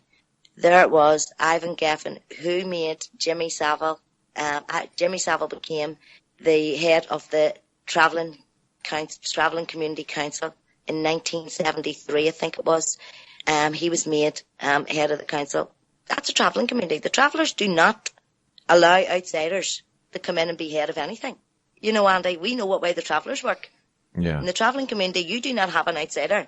So Ivan Gaffin creates this travelling community's rights and hands it over to Jimmy Savile to be head man of, you know, to be the main leader of this. Anybody you hand that over to, it's somebody high up within the travelling community, not Jimmy Savile. So there was a connection between Ivan Gaffin and Jimmy Savile back in 1973. Then I had to go do our research on him and Jenner, and it came back that Ivan Gaffin and Jenner, both Jews, lived in the same street together and went to the same school from the age of 13. And also Ivan Gaffin tried to run for Labour for years. He tried to run for Labour, and I know he didn't succeed. But there you go. There was always connections within the Labour Party, within the politicians, within Jimmy Savile, Jenner. So, of course, it was covered up. If it had only been Ivan Gaffin, he'd have went down for the hundreds of little girls he abused. So it was in the papers that he was charged with over 200 accounts of children, 200 children charged with their abuse. So how did it go from that to 11 little girls? No, it's and crazy, the families who I was working with in the refuge, they also brought their children forward because their children went out with them. So I brought 11 victims forward, and not one of them were involved in the trial. How do you work that out? It's just astounding, isn't it? I mean, I've just had a post from Luby Lou in the chat room. How many more have got away with this shit because they had their little black books also? Yes. And I would just like to say, Tracey, since I mentioned the possibility of you taking a slot on People's Internet Radio, there's been a wave of approval. Everybody's saying how inspired they've been by listening to you tonight, how it's given people hope. And also, I believe it was Tony said, Tracey's got balls the size of coconuts. So, you know, it's my kids. When, you know, I lost my kids to social services back in 2001. I had to fight tooth and nail for 3.5 years to get my kids back. I had to fight an army of them bastards on my own. The only person, I'd lost my whole family. I had to walk away from my friends. I had to go and live in the country and rebuild my life, in order to come back and fight tooth and nail to get my kids. They completely broke me. They took my child out of a hospital bed and put her in the home. The ones who abused her, the day my other 2 kids went into care, I remember I was so far gone on so many drugs. I was taking everything going. I was going and I was bandy as a pan. 5s, 10s, anything I could get my hands on just to wipe me completely out of what was going on. And the morning my other two kids went into care, at a big bus stop with my family. I get into my car. I remember driving all around Poglass into building sites where I completely filled my boot full of bricks. But before I'd done that, I'd went and got a crate of milk bottles, where I had them in my shed. And I went and I put them into a crate, and I got material and I ripped it all up, and I had all them bottles in that boot of my car. I went and I got all the bricks, and that house that my daughter was abused in, I went up and I put every single one of the windows in. But on the way there, I drove through a petrol station, and I forgot to fill the petrol can, and I thank God to this day that I forgot to fill that petrol can. Because when I put every one of those windows in broad daylight, people were out of their cars, black taxi men were out of their black taxis and screaming all over the street. They were all pedophiles. Anybody that's been in their house or stayed in their home, their child's been abused. They were a family of pedophiles, and they went back decades. Linda Young, God rest her soul, was hanging out her bedroom window at her mum's house saying, yes, she was an ARF victim, tell him. She's the one that hung herself on Christmas Eve of 2009 after losing all her children to care social services. Her family denying that it happened to her, making her, swiping it all onto the carpet. You know, they destroyed her. The whole family destroyed her. Even her own family destroyed her. And I've always said to this day, Linda Young's case will stay with my daughter's case. And I will make sure Linda Young did not die in vain. I will make sure Linda Young's voice was heard, even if it is from the grave. Because that woman was let down badly by the system, by her family, and by people around her in authority. Let down all her life. That woman was, and this woman's only a year younger than me, you know, and so she took her life in 2009. She couldn't cope anymore. She couldn't cope with having to look at her abusers every day in life, where she wasn't allowed to family functions, weddings, in case she upset the family, when she got a drink in her and looked in the eyes of her abusers, which they didn't like. You know, so she went through a lot as well for these people. Yeah. My daughter went through the same thing. Some of their statements was basically the same. And, I wasn't getting anywhere. I was told that I couldn't do nothing about my own child. So I was told from England that I'd just brought down a massive paedophile ring, that I'd put Ivan Gaffin out of business for me abusing hundreds of little girls over a period of 40 years, and I couldn't do anything about the bastards that abused my child. They were basically telling me there was nothing I could do. Sure, that's enough to send anybody off the rails. Of course, yeah. So all our windows went in. I had nothing to lose anymore. My kids were in care. I was going to do them in. Thank God that day I opened my boot. And I lifted that petrol can to start filling them bottles. And there was no petrol in it. And I went, I forgot the petrol. I thank God to this day. Because there was one window I couldn't get in, and I drove all around Trimbrick to find bricks, and I come back and I made sure I put it in.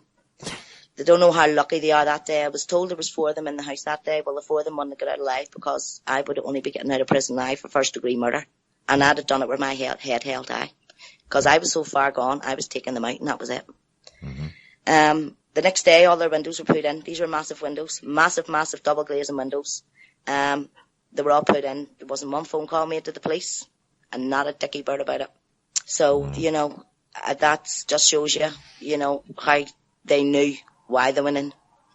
I was told back there was nothing I could do, so I just completely went on the rampage. I went to this Community for Spirit of Justice, who is another organisation within Sinn Féin, IRA. They're the ones who stores peace in the community. Somebody had come in and wrecked my flat because I beat Jerry Adams and beat Danny Kelly, who was in our neighbourhood watch, who was not long out of jail doing so many years for the IRA, was letting kids come in and rain abuse in the community and frighten people to death. He got attacked from me. A lot of them did. I called them all nothing but IRA paedophile scumbags, who probably half of them joined the IRA, knowing it was the biggest paedophile ring going and it was a easy way to abuse children, and thought that they would never be caught, because they never ever thought the IRA would be disbanded. They never seen that coming. You had plenty, all the on the runs. They could, you had all them as well, running all cross country. And see people in the country here in Northern Ireland, they will never come out about their abuse. You maybe get 1 or 2 of them. You will not get them all. I have friends in the country who've been abused and have said to me, Tracey, I'll never bring it out. He says, our families, we ever bring it out and our families will disown us. And they are 100% right. They will be disowned by their families. And most of the ones in the countries, their families, they all work together. They have their own businesses. So the uncles, the nephews, everybody all works within, so they don't have to go look and work elsewhere. So they've got them still controlling them with their jobs, their mortgages, so they can't bring anything out because their family will disown them. They'll have nothing. So they're still controlling them to this day in the country. Oh, wow. It's, I've said to a lot of friends of mine who are starting to become aware now that a few stories like Jana and Savile and Ted Heath have hit the newspapers. I've said to them, look, I've had a bit of an insight into this, and it makes my hair stand on end, the stuff that I'm finding out. Some researchers have took me in the confidence and showed me some of their research and how far this shit goes. I said, when it all does come out, I know that I'm going to be shocked. God knows what you're going to be like, who've got no clue how far this goes, because it is just so huge, isn't it? It's massive. It's massive. It's right across Northern Ireland. It's well within the communities, right within the communities. You've got all these ones being brought for abusing the kids within the communities, within the family homes who are not connected. They're more interested in bringing them to trial than they are the ones within the paramilitaries, and I see where that goes. There's Sinn Féin now playing their hand at, they're the best politicians, they're the best people about, they're all about the people, they're all about making changes. They're far from it. No. They've known about the abuse of kids throughout Northern Ireland for many, many years. As a matter of fact, I put my daughter's case and Linda Young's case into their hands in 2010, where they told me they would take on the case for me, and it's just gone into 2016, and they still have never got back to me. But little do they know, when I put my daughter's case into their hands in 2010, I was planting a seed. I was planting a seed to see how long it took them to do anything about it. And there's my evidence. It's gone into 2016. I haven't heard a dicky bird. So 10 years, nothing. 6 years. So it's 6 years. They've always known about it from what happened from day one. But, but there's 2016, 6 years later, still not a thing. But that's what I expected. Yeah. That's exactly what I expected. By the sounds of it, they're a major part of the problem as well. Of course they are. Yeah. Of course they are. All they're worried about is, who's getting elected next. What's their next year's salary going to be? Yeah. Who's getting promoted? Who's going to be this? Who's going to be that? They know who's bringing in the drugs. They know all what's going on. They know why the kids are hanging themselves. They know what's going on in the communities. They're not interested. They're only interested in what the rest of them are, and that's power. They don't care about the people in the communities and what's happening to them. They have to pretend to let on. They have to make it look as if. And I know a lot of funding's coming from America and coming from, other governments. And I don't know why. Because it's not going where it should. The mental health in Northern Ireland is serious. It's probably one of the worst in the world. Serious. It's really bad. Mm-hmm. There's young lads killing themselves, and their siblings are killing themselves behind them because they can't cope. Yeah. You've got suicide awareness, and you've got PIPs and places like they're not even being funded.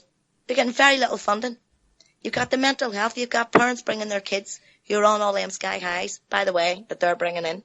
Yeah. And they're going down the mental health route where these kids have got serious mental health issues that are too far gone now that they may never ever come back. Mm-hmm. The only place they see forward is a rope or a drug good enough to kill them. To put them out of it, yeah. We've got a little... And the social services are having a field day.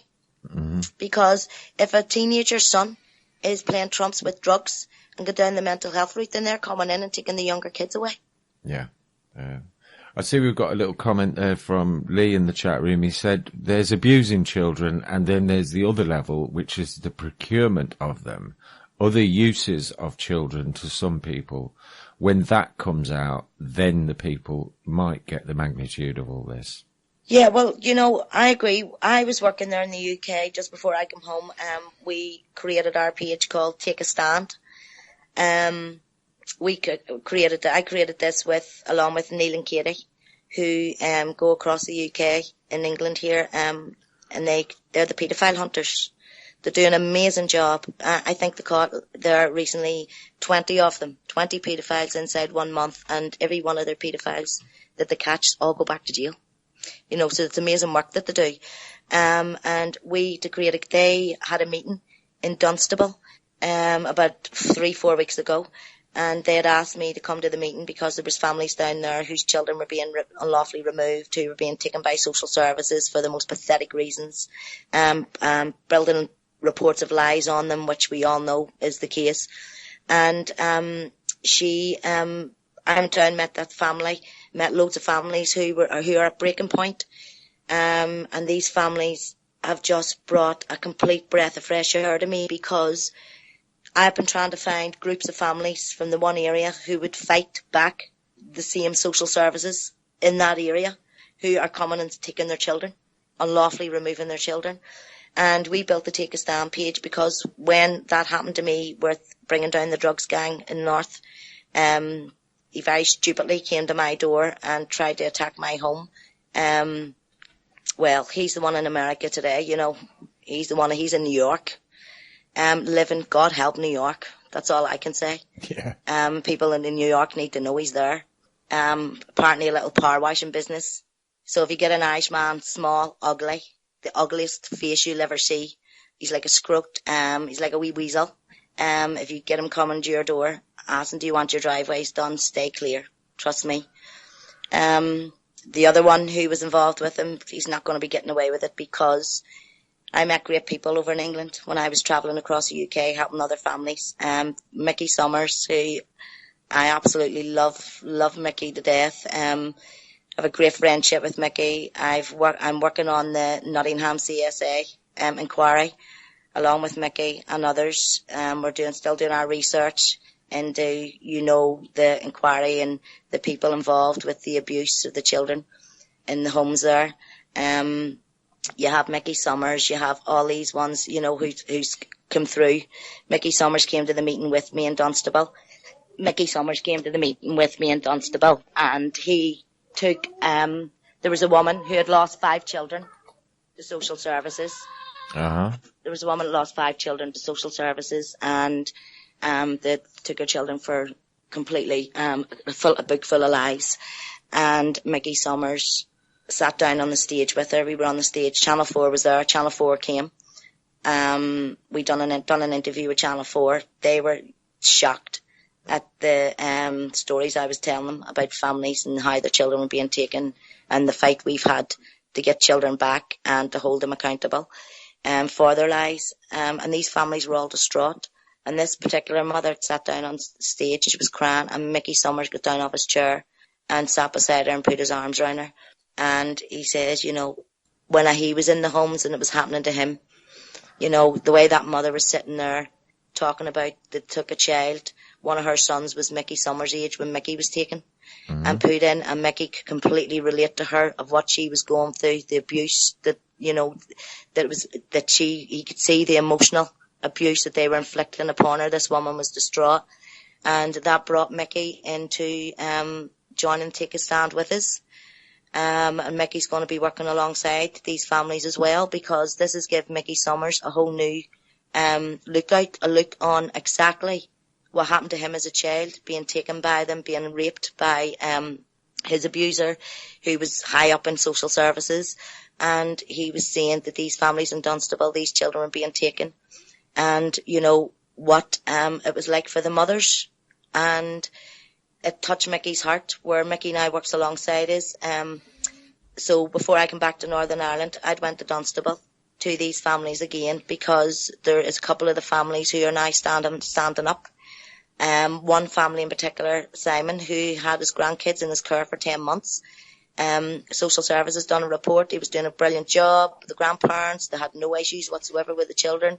The grandparents had realised one of the children has some kind of learning disabilities. You know, he was slow in the way he was communicating with people, and they had brought this up with the nursery, brought this up with the social workers. They sent in Kafkas.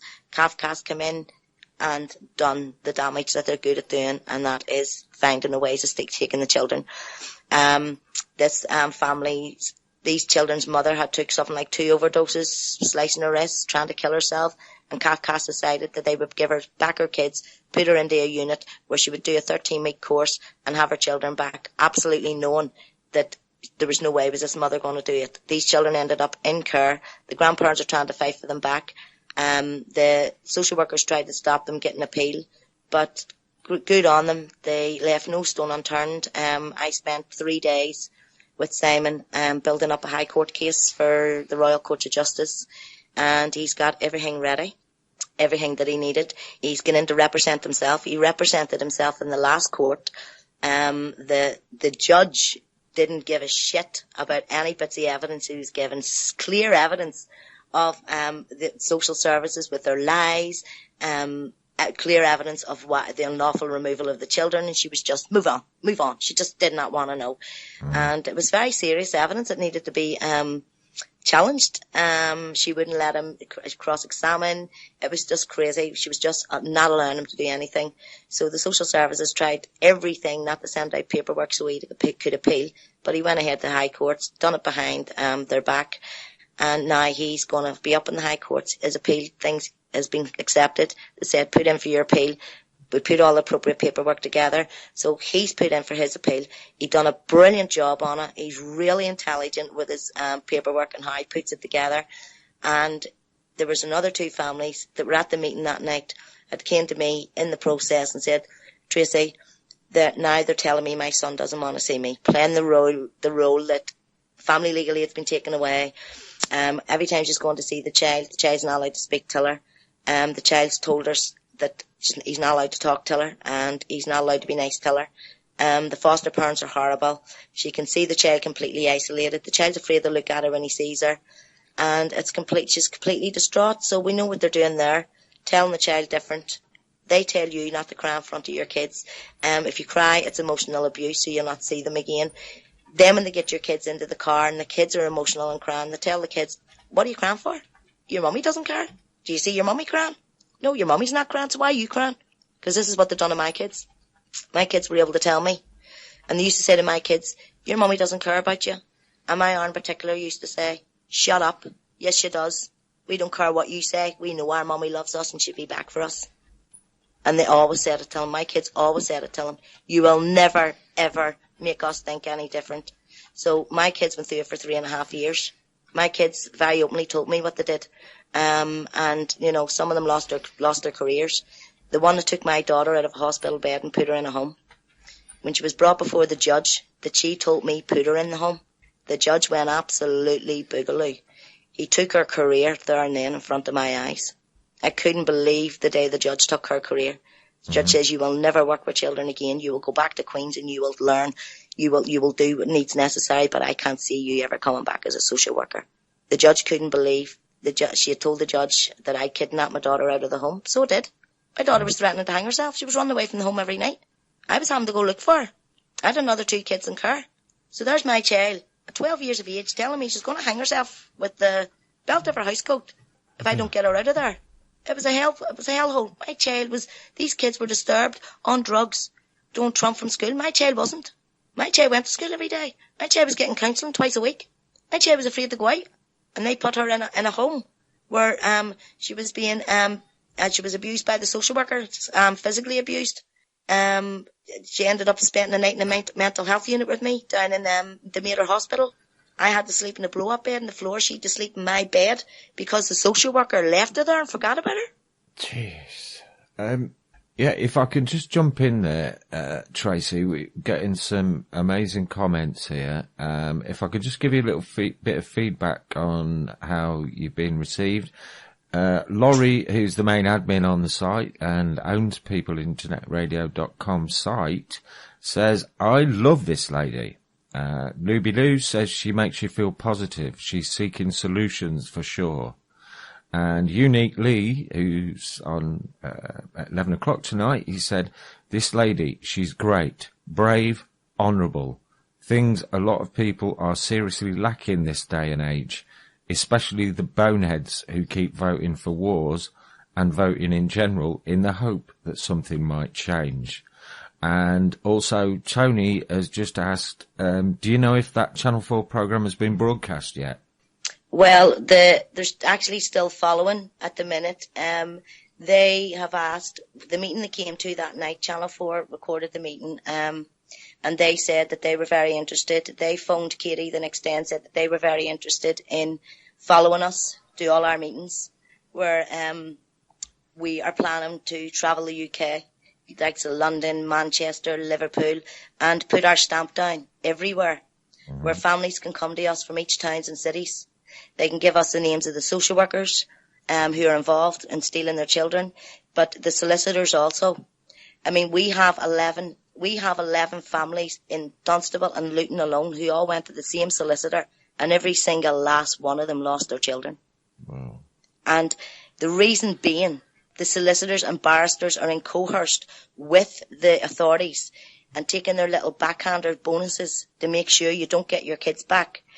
They're telling the families in Dunstable, see these families who I am now doing the High Court cases of appeals with, the reason why their appeals are being accepted is because when their hearings were over, they said to the solicitor, I want the appeal. And the solicitor was saying, you can't appeal for a year. That's bollocks. You have 28 days to appeal. You have to appeal within 28 days. And if you don't, then you can't. I think I don't even think you can do it in a year.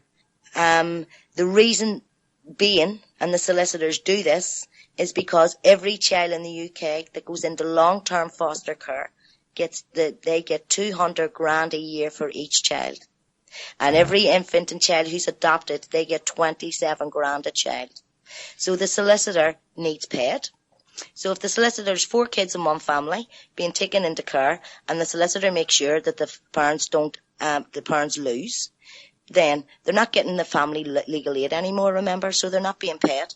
So they're losing out in a whole trial and maybe back and forth the court for a load of weeks or maybe up to 3 months of fighting to try and keep your kids when they come in and take them, and a solicitor and barristers being involved. That costs up to 25 grand.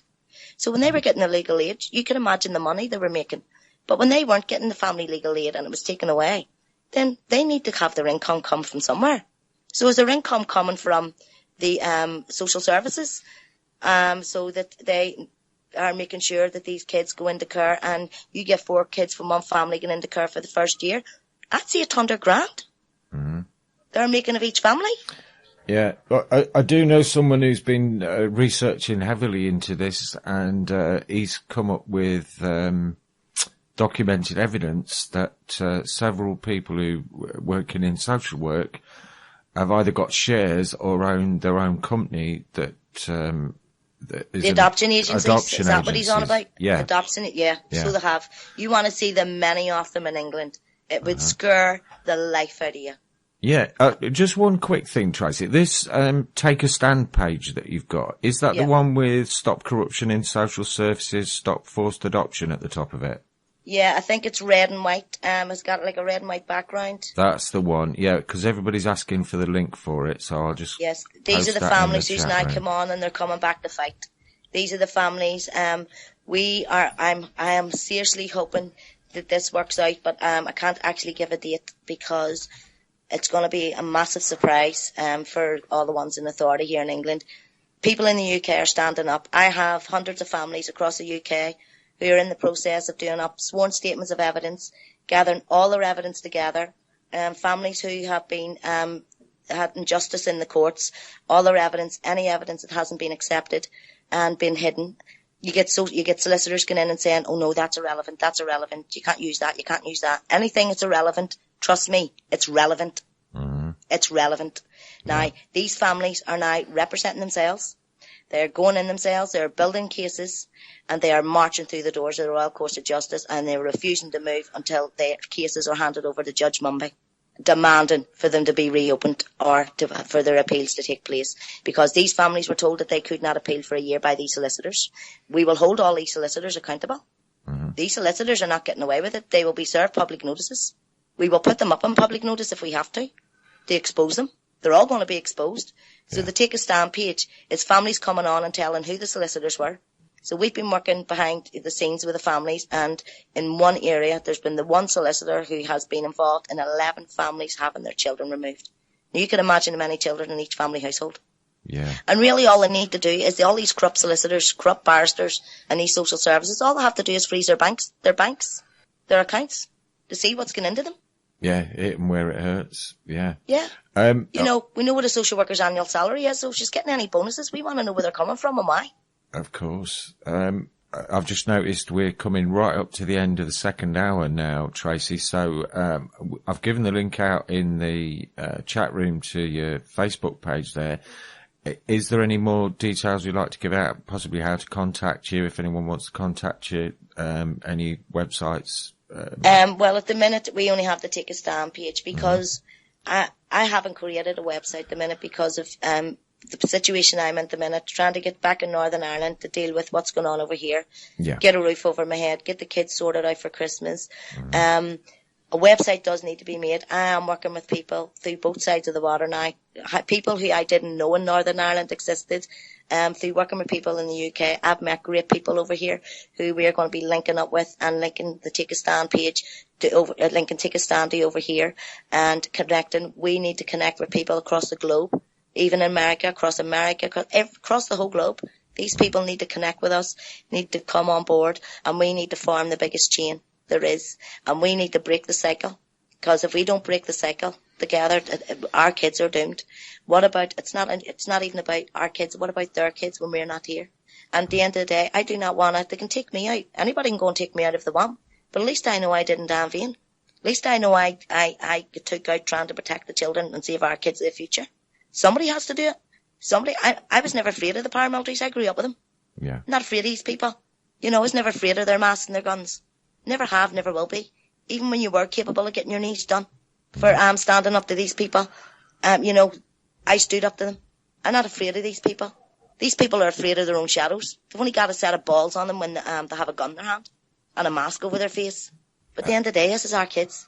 Yes. This is our kids' future. And I'd be damned if I'm going to let paramilitary organisations destroy my kids' future. And it's about time people in Northern Ireland and across the globe, and it's about time the Americans stopped funding the Irish, whatever organisations they're putting into these paramilitaries, and to create, or Sinn Féin to create a better lifestyle for the kids of Northern Ireland have a slow death in their hands. And I don't know why people across the globe and across America think Ireland's a good place to come to. It's not, because the kids in Northern Ireland are being crucified. And somebody has to come out and take a stand. Thank you so much for coming on tonight, Tracey. You've been a real inspiration. The chat room is scrolling by with amazing positive comments for you. We'll be back tomorrow at 2 p.m. with Enemy Within, with Cliff Rockefeller and Gary Capps and Tom Mix. And I'll leave you over to Martin Farrell now. Good night all. Thank you very much. Good night all. Thanks, Andy. Bye.